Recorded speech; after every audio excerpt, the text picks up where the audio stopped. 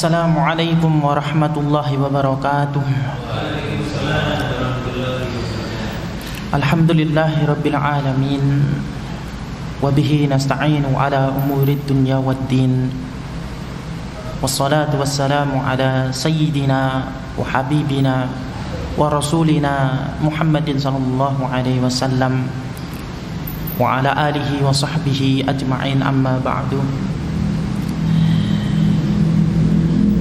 Kami wasiatkan kepada diri kami pribadi dan para hadirin sekalian untuk kita senantiasa meningkatkan ketakwaan kita kepada Allah Subhanahu wa taala,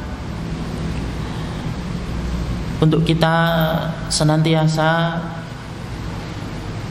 saling menasihati dalam kebenaran dan saling menasihati dalam kesabaran, sebagaimana Allah SWT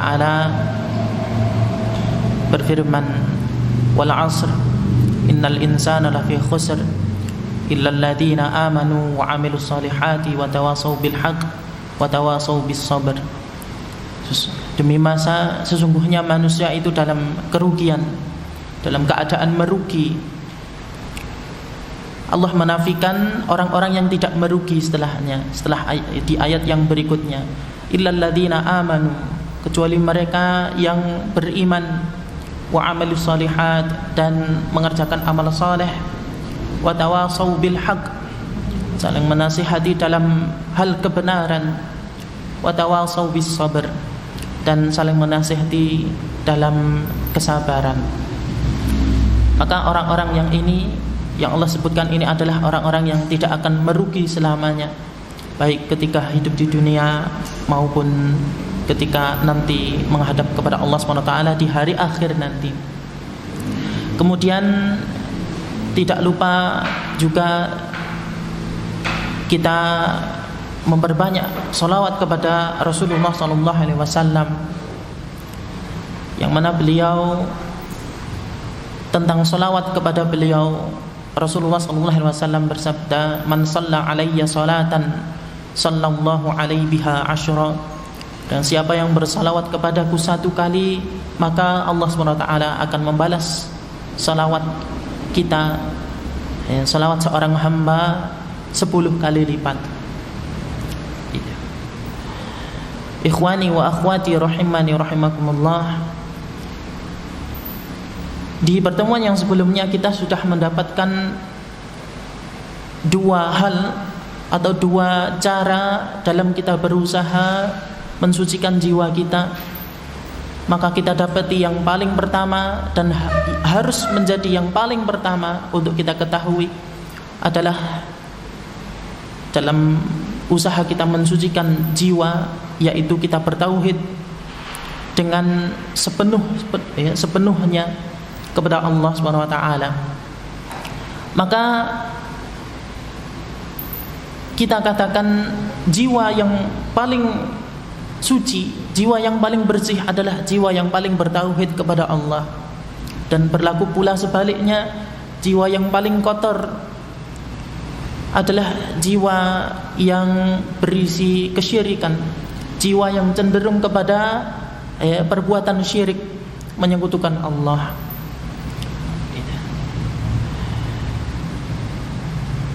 Terus kemudian yang selanjutnya adalah kita dapatkan, yaitu dalam usaha kita mensucikan jiwa kita, membersihkan hati kita adalah dengan doa kepada Allah SWT. Telah kita ketahui bahwa setiap rangkaian ibadah kita ada di dalamnya doa kepada Allah. Maka di hari-hari yang mulia ini, di bulan Ramadan ini, hendaknya kita berusaha untuk meningkatkan kualitas doa kita kepada Allah Subhanahu wa taala. Maka bagaimana cara kita meningkatkan kualitas doa kita kepada Allah Subhanahu wa taala? Adalah doa yang berkualitas itu doa yang dipanjatkan dari hati yang ikhlas, doa yang dipanjatkan hanya kepada Allah Subhanahu wa taala, meminta hanya kepada Allah dan menafikan sesembahan-sesembahan yang lainnya yang disembah oleh manusia. Ketika mereka berbuat syirik, ketika mereka meminta kepada sesembahan-sesembahan tersebut selain Allah, adalah doa yang berkualitas, adalah doa yang dipanjatkan dari hati yang khusyuk, hati yang mantap menghadap kepada Allah Subhanahu wa taala, hati yang mengilmui bahwa tidak ada yang bisa mengabulkan doa kita kecuali Ia adalah Allah Subhanahu wa taala. Sedangkan sesembahan yang lainnya tidak ada. Mereka tidak bisa mendengar, mereka tidak bisa menjawab, terlebih apalagi mereka mengabulkan permintaan manusia. Adalah doa yang berkualitas, doa yang dipanjatkan dari hati yang merasa terdesak, butuh pengabulan doa itu dari Allah Subhanahu wa taala. Ketika memanjatkan doa, hatinya dalam keadaan terdesak atau merasa terdesak, butuh pengabulan doa itu dari Allah Subhanahu wa taala, butuh Allah Subhanahu wa taala untuk mengabulkan doanya. Maka itu adalah hati yang lurus, hati yang tidak lalai ya, dalam mengharapkan, dalam raja kepada Allah Subhanahu wa taala. Berlaku pula sebaliknya,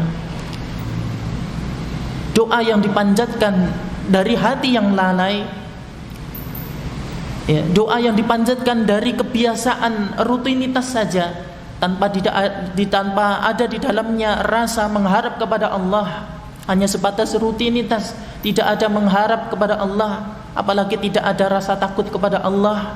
Bahkan na'udzubillah, sebagian manusia berdoa dengan suara yang keras, doa dibuat bercanda.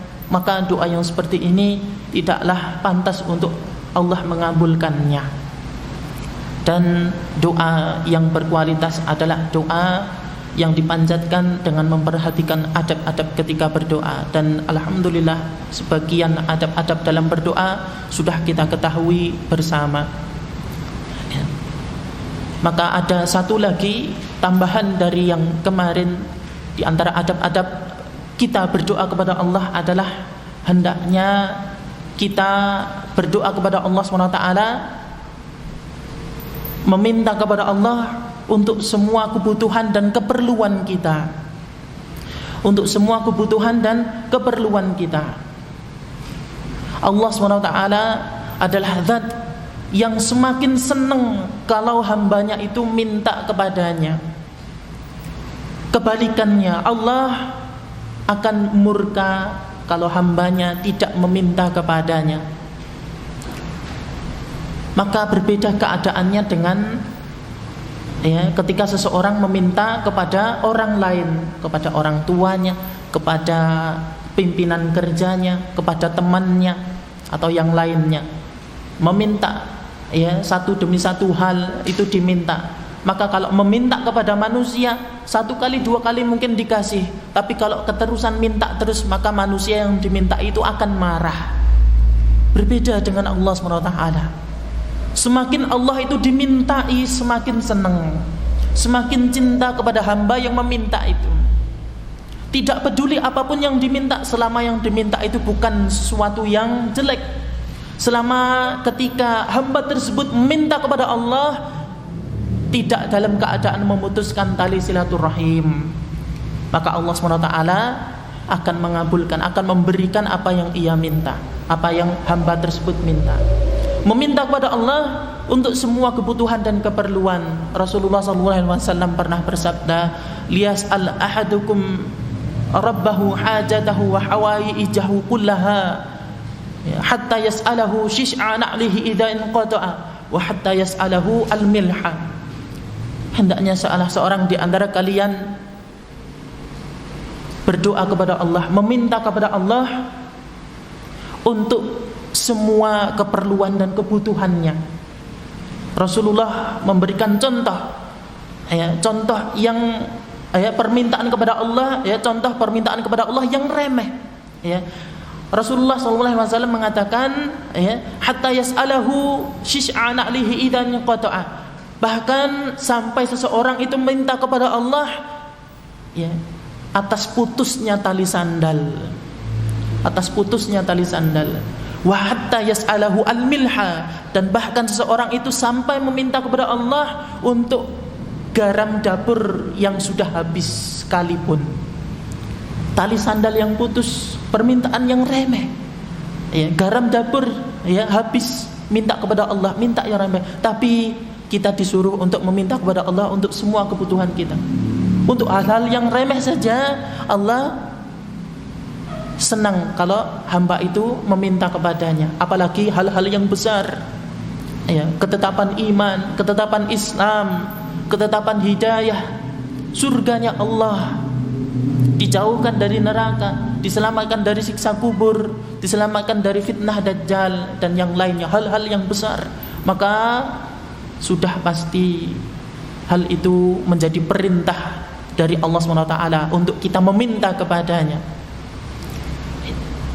dan meminta kepada Allah untuk semua keperluan dan kebutuhan. Tali sandal putus, minta kepada Allah, ya Allah, tali sandal saya putus, sandal saya putus ya Allah, gantikan dengan yang lebih baik ya Allah. Saya minta sandal yang lebih baik, yang mereknya lebih baik. Ya Allah, garam dapur saya habis, saya minta ya Allah. Seperti itu, Allah senang. Itu diantara adab kita ketika kita berdoa kepada Allah. Tidak pilih-pilih untuk urusan kita, semuanya minta saja kepada Allah. Hal-hal yang baik-baik tentunya. Ikhwatal iman rahimani rahimakumullah, maka kesempatan yang baik hari ini kita akan masuk kepada cara yang ketiga dalam kita berusaha mensucikan jiwa kita. Maka yang menjadi cara yang ketiga dalam kita mensucikan jiwa kita adalah usaha kita mensucikan jiwa kita, yaitu kita bersahabat dengan Al-Quran. Kita bersahabat dengan Al-Quran.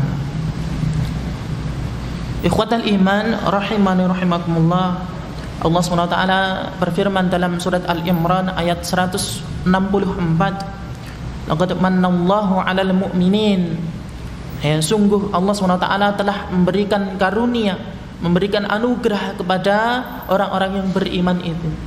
Idz ba'atsa fihim rasulan min anfusihim, ketika Allah SWT mengutus kepada mereka seorang rasul dari golongan mereka, yatlu alaihim ayatihi, yang membacakan kepada mereka ayat-ayatnya, membacakan kepada mereka Al-Quran, wa yuzakkihim, dan dengannya membersihkan jiwa mereka, jiwa orang-orang yang beriman itu, wa yu'allimuhumul kitaba wal hikmah, dan Rasulullah SAW, Rasul Allah, mengajarkan kepada mereka kitab, mengajarkan kepada mereka perkara-perkara yang hikmah. Ikhwatal iman rahimani rahimakumullah, ayat yang mulia ini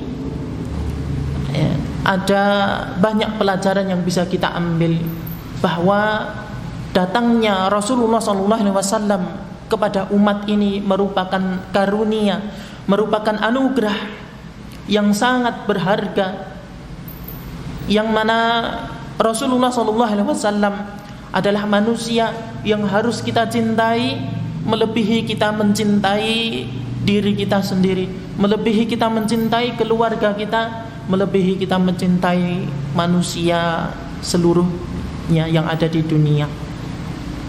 Kenapa demikian? Karena pada suatu hari Rasulullah SAW sedang menggandeng tangan Umar bin Khattab radhiyallahu anhu. Umar bin Khattab menyampaikan, wahai Rasulullah, sungguh engkau adalah orang yang paling aku cintai setelah aku mencintai diriku sendiri. Maka Rasulullah SAW mengatakan kepada Umar, la ya Umar, tidak wahai Umar, sebelum engkau mencintai diriku, melebihi engkau mencintai dirimu sendiri. Ya, sebelum engkau mencintai diriku, melebihi engkau mencintai dirimu sendiri. Ya. Maka seketika itu juga Umar bin Khattab radhiyallahu anhu mengatakan, "Al-ana ya Rasulullah, al-ana ya Rasulullah, sekarang ya Rasulullah, sekarang ya Rasulullah, engkau lebih aku cintai daripada aku mencintai diriku sendiri." Rasulullah juga menjawab, "Al-ana ya Umar, al-ana ya Umar, sekarang wahai Umar, sekarang wahai Umar, umat imanmu telah sempurna." Maka mencintai Rasulullah sallallahu alaihi wasallam melebihi cinta kita kepada diri kita sendiri adalah bentuk kesempurnaan iman. Ikhwatal iman rahimani rahimakumullah.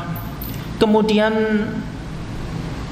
Rasulullah sallallahu alaihi wasallam datang kepada umat ini mengajarkan Al-Qur'an, yang mana Al-Qur'an adalah obat yang paling mujarab.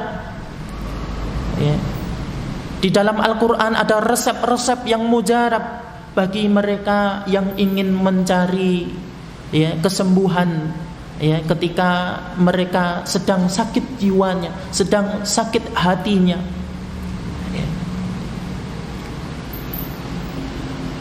Terus kemudian ketika seseorang mengambil Al-Qur'an untuk dipelajari, untuk dibaca, untuk dipelajari, dipahami maknanya, untuk ditadabburi, kemudian untuk diamalkan, dan setelah mengamalkan istiqomah dalam mengamalkan, setelah mengamalkan dengan istiqomah mengajarkan kepada yang lain. Ketika seseorang melakukan hal yang demikian, itu rangkaian yang seperti itu tadi, maka itu adalah ya, usaha yang paling nyata dalam ya, kita atau seseorang itu mensucikan jiwanya. Maka ya, singkat kata, mensucikan jiwa dengan Al-Quran, mensucikan jiwa dengan bersahabat dengan Al-Quran adalah membaca Al-Quran, kemudian tidak berhenti sampai di situ, memahami maknanya. Setelah memahami maknanya, mentadabburinya, merenunginya, memasukkan ke dalam hati, ya, meresapkan ajaran-ajaran Al-Quran itu, ya, setelah direnungi, setelah ditadabburi, ya, ke dalam hati. Terus kemudian diamalkan, dan setelah mengamalkannya istiqomah dalam mengamalkannya, kemudian berlanjut sampai pada tahap mengajarkan kepada yang lainnya. Maka laki-laki ini tidak lepas dari pertolongan Allah Subhanahu wa taala. Tidak lepas dari kita senantiasa berdoa kepada Allah untuk kita, agar Allah Subhanahu wa taala menjadikan kita sahabat Al-Qur'an, sahibul Qur'an. Ya. Karena Al-Qur'an pada hari akhir nanti akan menjadi akan memberikan syafaat kepada sahabatnya, kepada ahlinya. Iqra'ul Qur'an fa innahu ya'ti yaumal qiyamati syafi'an li ashabihi. Bacalah Al-Qur'an karena sungguhnya pada hari akhir nanti ia akan menjadi pemberi syafaat, akan memberikan syafaat kepada sahabat-sahabatnya, ahli-ahlinya. Gitu. Maka lagi-lagi tidak lepas dari kita berdoa meminta kepada Allah, ditetapkan dalam rangkaian bagaimana caranya kita bersahabat dengan Al-Quran tadi. Mulai dari membaca sampai mengajarkan kepada orang lain tadi, kita minta tolong kepada Allah. Karena tanpa pertolongan Allah tidak akan bisa. Jangankan kok mengajarkan kepada orang lain, yang paling pertama saja membaca saja, kalau Allah tidak memudahkan, tidak akan seseorang itu mudah dalam membaca Al-Quran. Membaca Al-Quran butuh hidayah Allah. Membaca Al-Quran butuh hidayah Allah. Seseorang duduk di hadapannya ada mushaf, ya, kalau Allah tidak memberikan hidayah, ya Al-Quran itu tidak dibaca, mushaf itu tidak dibaca. Kalau Allah memberikan hidayah, maka Al-Quran itu akan dibuka olehnya, akan dibaca. Terus kemudian ketika dia membaca, dia berusaha untuk memahami maknanya. Lagi-lagi butuh hidayah Allah lagi dalam memahami maknanya. setelah mendapatkan hidayah dari Allah, Allah memberikan hidayah, memberikan pemahaman ya terhadap ayat-ayatnya yang mulia. Kemudian yang selanjutnya adalah mentadabburinya. Dan lagi-lagi mentadabburi Al-Quran itu membutuhkan hidayah Allah lagi. Kalau Allah tidak memberikan hidayah, ya tidak akan seseorang itu mentadabburi Al-Quran. Hanya sebatas membaca saja, hanya sebatas mengetahui maknanya saja. Kemudian yang selanjutnya, ketika Allah memberikan hidayah, ya, orang yang membaca Al-Quran itu paham maknanya, terus kemudian mentadabburinya, yang selanjutnya pun tetap membutuhkan hidayah Allah, yaitu mengamalkannya.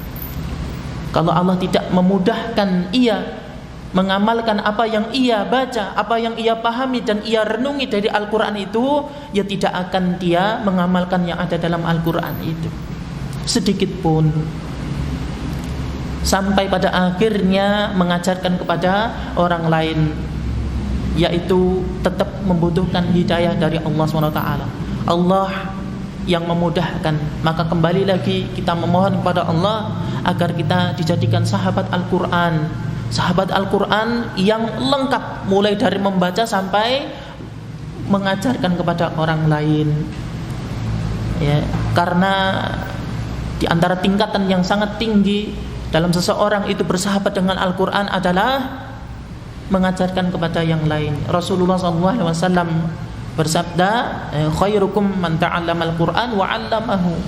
Sebaik-baik dari kalian adalah yang mengajarkan Al-Quran, yang membaca Al-Quran, yang belajar Al-Quran dan mengajarkannya. Ikhwatal iman rahimani rahimakumullah. Maka ya, sekali lagi Al-Quran adalah di dalam Al-Quran itu ada resep-resep, ada obat-obat bagi jiwa kita.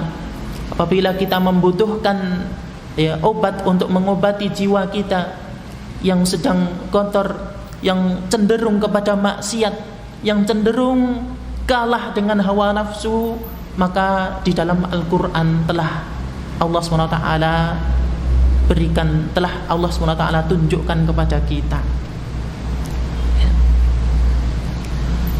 Kemudian Allah SWT juga berfirman dalam surat Thaha ayat 123, faman ittaba'a hudaya fala yadhillu wa la yashqa. Barang siapa yang mengikuti petunjuk Allah SWT dalam Al-Quran itu, fala yadhillu wa la yashqa, ya, maka dia tidak akan tersesat dan tidak akan celaka. Tidak akan tersesat dan tidak akan celaka. Maka dari ayat yang mulia ini Allah SWT menjamin bagi mereka yang bersahabat dengan Al-Quran, rangkaiannya seperti itu tadi, mulai dari membaca sampai mengamalkan itu tadi semampunya ya, maka dia tidak akan tersesat dan tidak akan celaka selama-lamanya, baik ketika di dunia maupun di akhirat. Ikhwatal iman rahimani rahimakumullah. Rasulullah SAW ketika membacakan Al-Quran, maka para sahabat pun dengan antusias, dengan aktif ya, belajar kepada Rasulullah SAW. Terutama mereka para dai Rasulullah SAW.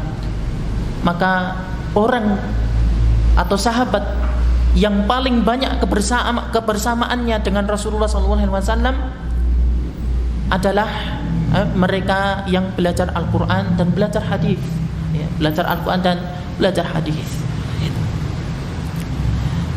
Para sahabat Rasulullah SAW, mereka ketika belajar Al-Quran ya, adalah mereka itu ketika belajar Al-Quran tidak buru-buru, ya, tidak buru-buru, sebagaimana yang dikatakan oleh Abdullah bin Mas'ud radhiyallahu anhu. Ini guru Al-Quran sahabat Rasulullah, guru Al-Quran bagi para sahabat Rasulullah yang lainnya. Abdullah bin Mas'ud ya, di antara guru Al-Quran pada zaman sahabat ya. Dahulu ya, orang-orang di antara kami ketika mempelajari Al-Quran, semisal mempelajari 10 ayat, maka tidak akan pindah kepada ayat yang lainnya sebelum membacanya, memahami maknanya, mentadabburinya, mengamalkannya, istiqomah dan mengajarkan kepada yang lainnya. Itu. Maka tidak akan pindah kepada pelajaran Al-Quran yang lainnya. Fokus di situ. Menghabiskan waktu yang lama, iya, karena belajar itu membutuhkan waktu yang lama. Belajar yang singkat, ya itu ketika mau ujian saja. Ya, belajar yang singkat ketika mau ujian. Tapi terkadang, ya seorang penuntut ilmu yang sudah pernah mondok atau kuliah itu ketika mau ujian baru belajar, ya bisanya ya ketika ujian saja, seperti itu. Ya. Berbeda dengan mereka yang dari awal sampai akhir tidak peduli ujian ataupun enggak, dimanapun mereka berada senantiasa membaca, murajaah sedikit demi sedikit, ya akan menancap ilmu itu dalam dadanya. Dan terlebih, ya keadaan yang paling baik adalah ketika Al-Quran itu menancap dalam hati, bukan ilmu-ilmu yang lainnya. Itu keadaan yang paling baik.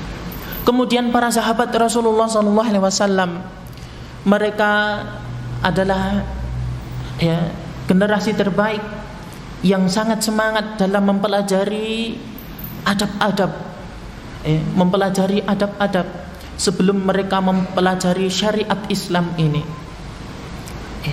Kalau kita berbicara tentang adab, maka sudah pasti terbagi menjadi beberapa tempat. Yang pertama adalah adab kepada Allah Subhanahu wa taala, adab kepada Rasulullah, adab kepada kaum muslimin secara umum, dan masuk di dalamnya juga adab kepada Al-Quran. Adab kepada Allah Subhanahu wa taala yang paling tinggi adalah bertauhid. Adab yang paling tinggi kepada Allah adalah bertauhid. Adab yang paling tinggi kepada Rasulullah SAW adalah ittiba', mengambil apa-apa yang ada pada Rasulullah SAW. Apa yang disampaikan oleh Rasulullah diambil semuanya, sebagaimana Allah SWT memerintahkan, wa ma atakumur rasulu fakhudhuhu wa ma nahakum anhu fantahu. Dan apa yang datang dari Rasulullah SAW maka ambillah semuanya, jangan ditinggalkan sedikit pun. Wa ma nahakum anhu fantahu. Dan apa yang dilarangnya maka tinggalkanlah. Tinggalkanlah. Adab kepada Allah SWT yang paling tinggi adalah tauhid. Dan lagi-lagi kita kembali kepada tauhid. Semua dari rangkaian cara penyucian jiwa, cara membersihkan jiwa ini adalah saling berkaitan. Nanti akan kembali lagi, ketemu dengan doa lagi, akan ketemu dengan tauhid lagi, akan ketemu dengan Al-Quran lagi, bersahabat dengan Al-Quran lagi.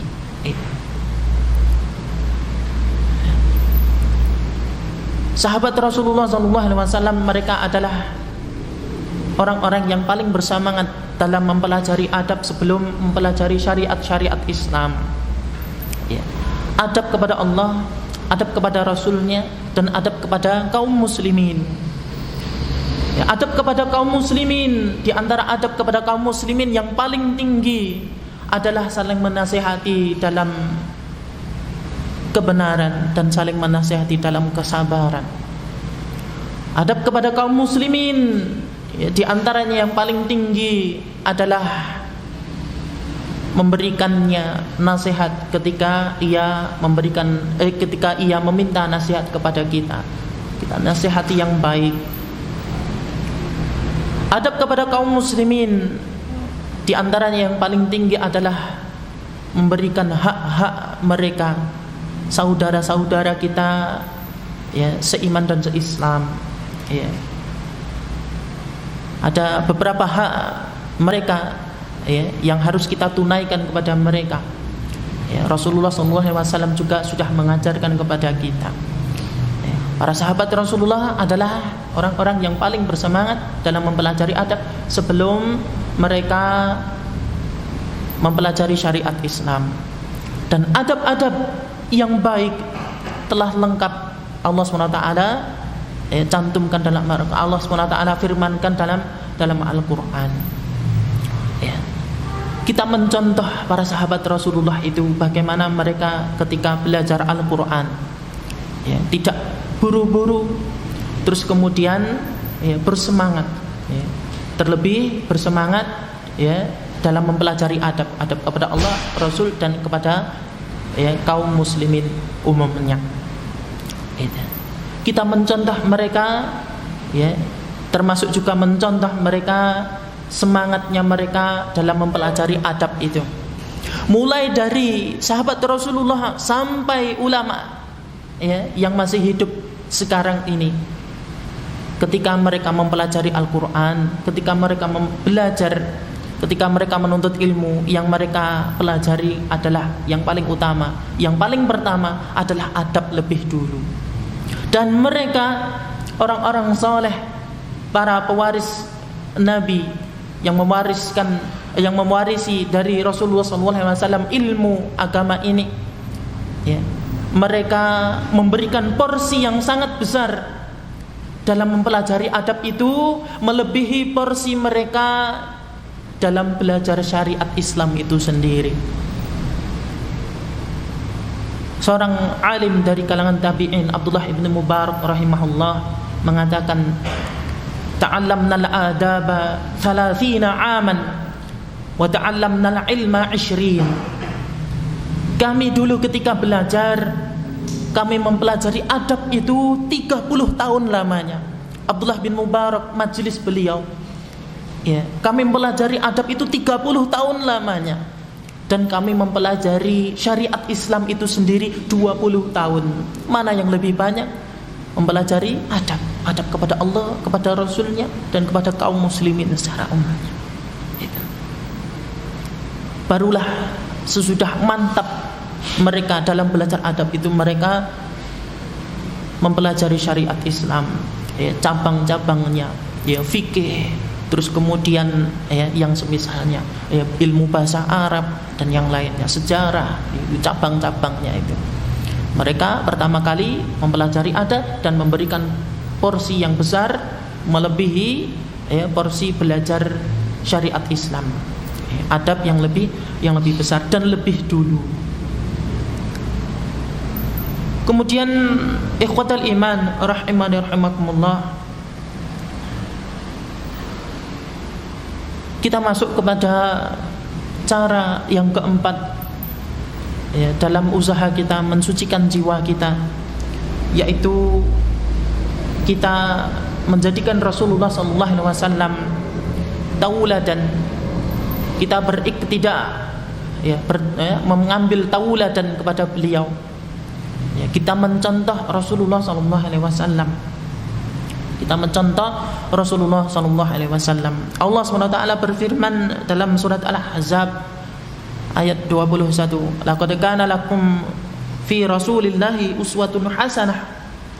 Sungguh bahwasannya dalam diri Rasulullah SAW itu ada uswah hasanah, teladan yang baik, teladan yang baik. Apa-apa yang dari beliau itu semuanya adalah baik. Apa-apa yang dari beliau itu semuanya adalah benar.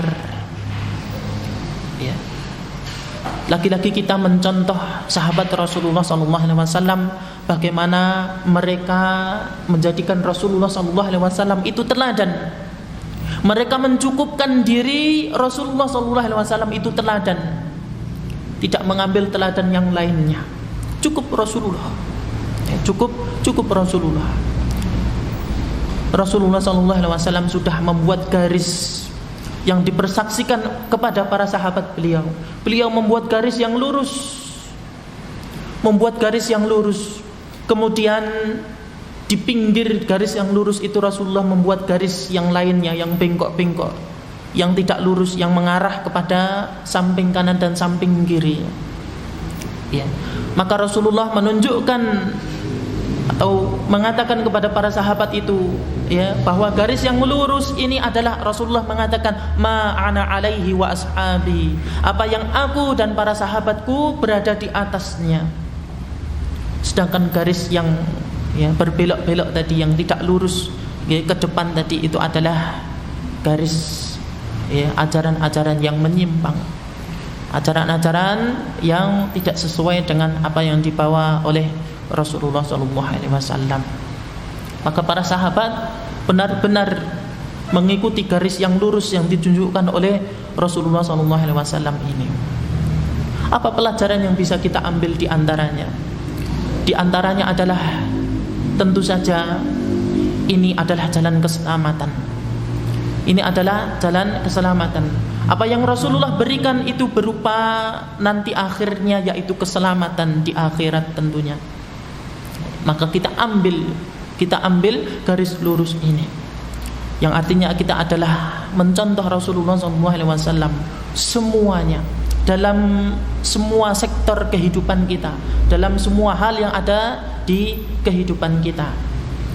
Ya, mulai dari hal-hal yang besar, tentu saja bertauhid kepada Allah, kita mencontoh Rasulullah, sampai hal-hal yang remeh sekalipun kita mencontoh Rasulullah SAW, sampai menanam biji tanaman pun kita mencontoh Rasulullah SAW. Seandainya besok itu hari kiamat, sedangkan di tanganmu ada biji yang mau engkau tanam, maka tanamlah, itu yang dikatakan Rasulullah.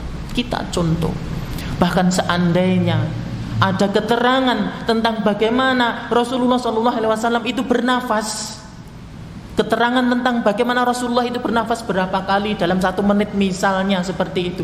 Kalau ada keterangan itu, kita tiru, kita contoh. Karena yang ada pada diri Rasulullah adalah keselamatan, adalah keselamatan. Dan Rasulullah SAW memiliki para dai, memiliki para wakil yang Rasulullah mengajari mereka, yang mereka belajar kepada Rasulullah. Mereka adalah para dai-dai. Ya. Maka kalau kita mendengar kata dai, ya, termasuk di dalamnya para sahabat Rasulullah, terus kemudian para tabi'in, tabi'ut tabi'in, terus kemudian atba'ut tabi'ut tabi'in, dan yang seterusnya sampai detik ini. Mereka yang menjadi pewaris para nabi, menjadi pewaris Rasulullah SAW, yang mana ya Rasulullah mewariskan kepada mereka ilmu, ya. Maka kita mengambil ya contoh Rasulullah SAW, mengambil teladan Rasulullah SAW itu melalui apa yang mereka sampaikan. Karena mereka adalah orang-orang yang direkomendasikan oleh Rasulullah SAW, para sahabat, tabi'in, tabi'ut tabi'in, dan para pewaris Nabi yang mengambil jalan yang lurus ini tadi. Kita mengambil ya teladan Rasulullah itu bisa dari mereka juga. Ikhwatal iman, rahimani rahimakumullah. Dan mencontoh Rasulullah SAW tidak akan bisa kita realisasikan tanpa kita mencintai Rasulullah SAW. Maka Allah SWT berfirman dalam surat Ali Imran ayat 31, Qul in kuntum tuhibbunallah fattabi'uni yuhibbukumullah wa yaghfir lakum dzunubakum. Maka katakanlah, wahai Muhammad, ya, kepada mereka, jika kalian mencintai Allah SWT, maka ikutilah aku, ikutilah Rasulullah SAW, ya. Maka Allah juga akan mencintai kalian, ya, maka Allah akan juga mencintai kalian, dan Allah juga akan mengampuni dosa-dosa kalian. Ada fadilah yang sangat besar ketika kita meneladani Rasulullah, yaitu untuk mendapatkan kecintaan Allah SWT, untuk mendapatkan maghfirah, ampunan dari Allah SWT. Adakah yang lebih besar yang didapatkan oleh seorang hamba ketika hidup di dunia melebihi besarnya mendapatkan cinta Allah, melebihi besarnya mendapatkan ampunan Allah? Saya kira tidak ada, dan memang tidak ada yang lebih besar dari itu ketika hidup di dunia. Ikhwatal iman, rahimani rahimakumullah. Rasulullah SAW adalah apa yang beliau ajarkan itu semuanya kebenaran. Apa yang beliau ajarkan itu semuanya muaranya adalah keselamatan, tidak ada kecelakaan, tidak ada kebinasaan. Maka Rasulullah SAW sekali lagi kita jadikan timbangan ketika kita menimbang perkara itu benar atau perkara itu salah. Ya, kita mengambil timbangan ya dari apa yang disampaikan oleh Rasulullah SAW, ya, sesuatu itu benar atau salah. Ya. Kembali lagi, apa yang Rasulullah bawakan itu adalah benar, dan yang selain Rasulullah bawakan itu adalah salah, terutama dalam urusan agama ini. Kemudian dalam kaitannya mensucikan jiwa, memperbaiki jiwa kita, menyehatkan hati kita dengan mengikuti Rasulullah SAW, itu adalah Rasulullah SAW. Para ulama mengatakan ya, bahwa beliau adalah seorang dokter, akan tetapi bukan dokter seperti yang kita kenal, seperti yang kita tahu yang di rumah sakit, yang memberikan resep obat dan yang lainnya untuk diminum, untuk dimakan, atau operasi atau yang lainnya, merawat pasien, bukan itu. Ya, dalam konteks yang sama, ya, beliau adalah seorang dokter, akan tetapi beliau adalah dokter hati. Beliau adalah dokter hati yang sedang sakit, dokter hati yang sedang ya goncang, yang sedang goyah, yang sedang lalai. Dan siapa yang hatinya sedang sakit, yang hatinya sedang condong kepada kemaksiatan, hatinya condong kepada atau sering dikalahkan oleh hawa nafsu, maka segera menuju kepada Rasulullah SAW, menuju kepada ajaran-ajaran beliau. Berlaku pula sebaliknya, mereka yang tidak menuju kepada Rasulullah, ketika condong kepada maksiat, condong kepada hawa nafsu yang jelek-jelek pokoknya, ya, maka ya, mereka akan semakin sakit hatinya, akan semakin sakit hatinya. Menuju kepada Rasulullah, maka artinya adalah mengobati hati. Berpaling dari Rasulullah, maka artinya adalah menambah penyakit hati, menambah penyakit hati. Rasulullah SAW sudah membuat garis yang lurus tadi untuk kita ikuti, ya. Yang mana kalau kita mengikuti garis yang lurus ini, ya, tidak akan ada masalah, tidak akan ada kebinasaan. Sedangkan ketika kita mengikuti garis yang berbelok-belok tadi, di samping garis yang lurus tadi, ya, maka muaranya adalah kebinasaan, muaranya adalah neraka Allah. Ikhwatal iman rahimani wa rahimakumullah. Ya. Setelah kita mengetahui hal yang seperti ini, hendaknya kita menjadi orang yang paling bahagia. Orang yang paling bahagia adalah orang yang menjalankan ketakwaan kepada Allah. Orang yang paling bahagia adalah orang yang mengikuti Rasulullah, ya, karena sudah jelas, ya, apa yang akan didapatkan, sudah jelas apa yang dijanjikan oleh Allah dan Rasulnya. Sedangkan mereka yang berbelok, ya, mereka yang berbelok, ya, maka mereka sekali lagi akan, ya, semakin menambah penyakit dalam hati mereka. Dan ya, coba kita renungi bersama, ya, adakah masalah ketika kita mengikuti Rasulullah SAW?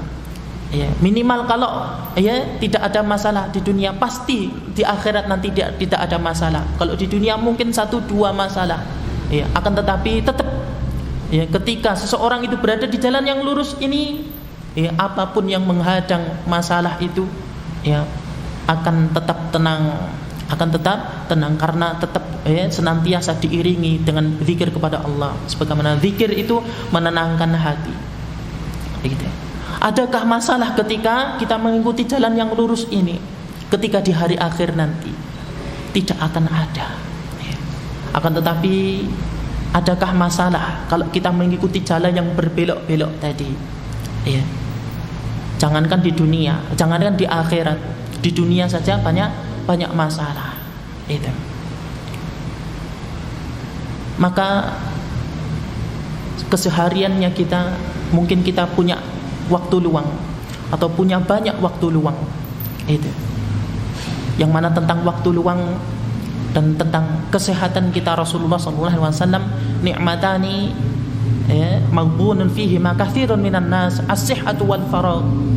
Ada dua nikmat yang banyak manusia itu tertipu di dalamnya, yaitu nikmat sehat dan nikmat waktu luang.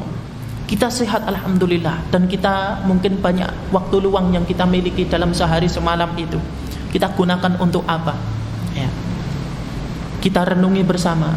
Ketika seseorang itu punya kesehatan, punya waktu luang, dan hatinya bersih, hatinya suci, ya, maka kesehatan dan waktu luang itu akan ia manfaatkan untuk hal-hal yang bermanfaat. Ya. Allah SWT memang mempermudahnya. Sedangkan hatinya yang sakit, hatinya yang kotor, ya, ketika ia sehat, ketika ia punya waktu luang, maka yang ada di pikirannya adalah bagaimana caranya saya bersenang-senang, bagaimana caranya saya, ya, mengisi waktu luang ini, apa yang menantang, seperti itu. Na'udzubillah, ya, biasanya orang-orang mengisinya dengan hal-hal yang tidak bermanfaat, dan na'udzubillah terkadang hal-hal yang mengarah kepada kemaksiatan. Itu. Ya, dua nikmat, yaitu sehat dan, ya, waktu luang. Maka di antara dalam kita membersihkan jiwa kita, ketika kita diberikan kesehatan oleh Allah SWT, ketika kita diberikan waktu luang oleh Allah SWT, ya, kita manfaatkan dengan sebaik-baiknya, kita isi dengan ketaatan kepada Allah SWT, ya, kita beribadah kepada Allah, khususnya di bulan Ramadan yang, ya, penuh berkah ini, ya, adalah momen yang sangat tepat untuk kita memperbaiki diri kita, kualitas ibadah kita, kualitas doa kita, ya, kualitas sedekah kita, ya. Sedekah bisa berupa ilmu, bisa berupa harta, semuanya kita perbaiki amal soleh kita itu. Ikhwatal iman rahimani wa rahimakumullah, semoga Allah SWT memudahkan kita untuk kita senantiasa bertauhid kepada Allah, ya. Semoga Allah SWT memudahkan kita untuk kita senantiasa dianugerahi karunia oleh Allah SWT, ya, yaitu kita bisa dimudahkan oleh Allah untuk senantiasa berdoa kepadanya. Kita dimudahkan oleh Allah SWT untuk menjadi sahabat Al-Quran, dan kita dimudahkan oleh Allah SWT untuk meniti jalan Rasulullah SAW, yang kesemuanya tadi adalah cara atau, ya, di antara usaha kita dalam kita memperbaiki atau membersihkan jiwa kita. Ikhwatal iman rahimani wa rahimakumullah, insyaallah, ya, di antara cara yang selanjutnya akan kita baca di pertemuan yang akan datang biidznillah, kita akhiri dengan doa kafaratul majlis. Subhanakallahumma wa bihamdika asyhadu an la ilaha illa anta astaghfiruka wa atubu ilaik. Akhirul kalam, assalamualaikum warahmatullahi wabarakatuh.